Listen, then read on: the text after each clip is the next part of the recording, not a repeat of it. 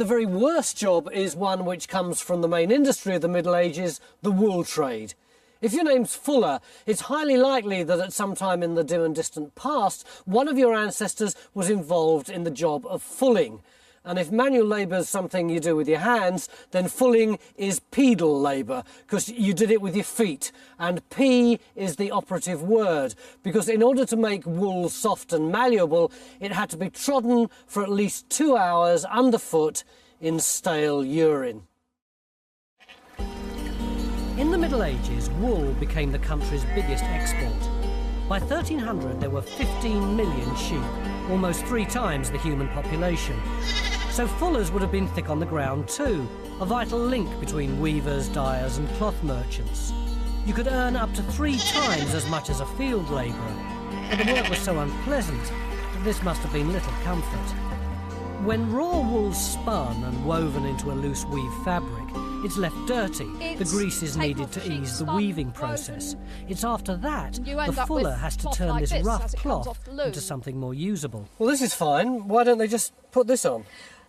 Well, if you need to finish it, this is, when you cut this, it will fray. Yeah. And it's greasy. It is pretty greasy, isn't it? And it's, you can make it better. It's a felting process. It closes the fibres together. Oh yeah, you can see that they are actually pretty widely apart here. Yes. Whereas here, smooth and it just smells like cloth. Much cleaner. So how does this fulling actually work? You need water, you need something to take the grease out, and you walk about on it a lot. Do you want to have a go? Oh, I'll definitely have a go. I'm really up for this.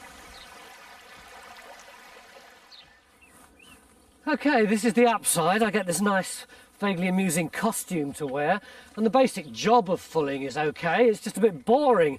You're just marching up and down in a vat for 7 or 8 hours at a time. The downside is that I'm marching up and down in this. This is genuine human urine.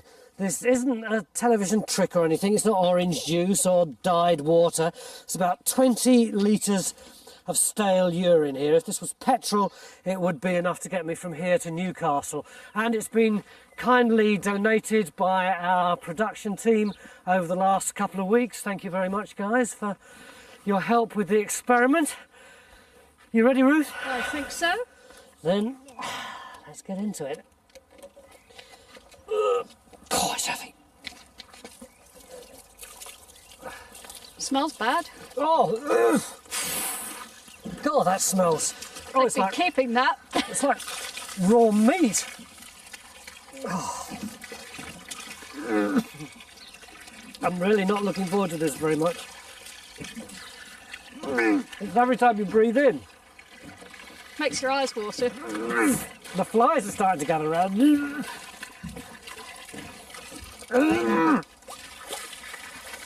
It is quite disgusting, isn't it? Well, I suppose we better take our shoes off. Well, I've got my shoes off. I have to tuck my skirt up. I think you should, love.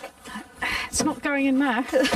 Oh, it's every time you get a deep breath of it, you forget what you're doing and breathe in deep and woof. It hits the base of your stomach and you want to chuck. Yeah, let's go. It's cold. Oh, I could have warmed it up for us, couldn't they? Oh. Was there a special technique involved in this? Well, the important thing is to get as much movement as possible. So dancing is probably more effective than walking, but basically you keep moving, yeah. And every now and then you have to stop and move the cloth. The important thing is not to breathe. It's pretty vile. Oh, it is quite disgusting. Yeah. The reason they used urine is that when it had been left for a week or two, it decomposed to produce a rich source of ammonia, which is perfect for removing the grease. They didn't have public loos at the time, so part of the job would have involved collecting it from door to door. How long did they have to do this for? Was it really 7 or 8 hours? It depends very much on the size of the cloth, but it can, yes. I mean, it can take a long time if you want a really heavy finish. The faster you move, the warmer you get. But I don't know what you do about upset stomachs. The trouble is, when you start to move fast, you start to breathe more heavily. Do you think it's changing the colour of the cloth at all? It's certainly changing the colour of the liquid. You can see the grease is coming out. It's gone very cloudy. It's taking the grease out. The lines in it are going It's like a bizarre version of a washing powder advert. This, and the threads are actually closing up. I mean, I've hardly been at that at all, and you can see it's already different. It gets your toenails very clean. I'm losing the will to live. This really is the worst job. Mind you, in a strange kind of perverted way, I think I'm getting used to the smell. Only another 7 hours, 59 minutes. So after all these miserable hours of urine treading, you'd end up with this, which would have been used to make something like this, worn by the knights and squires and King Henry at Agincourt and the bishops in their cathedrals.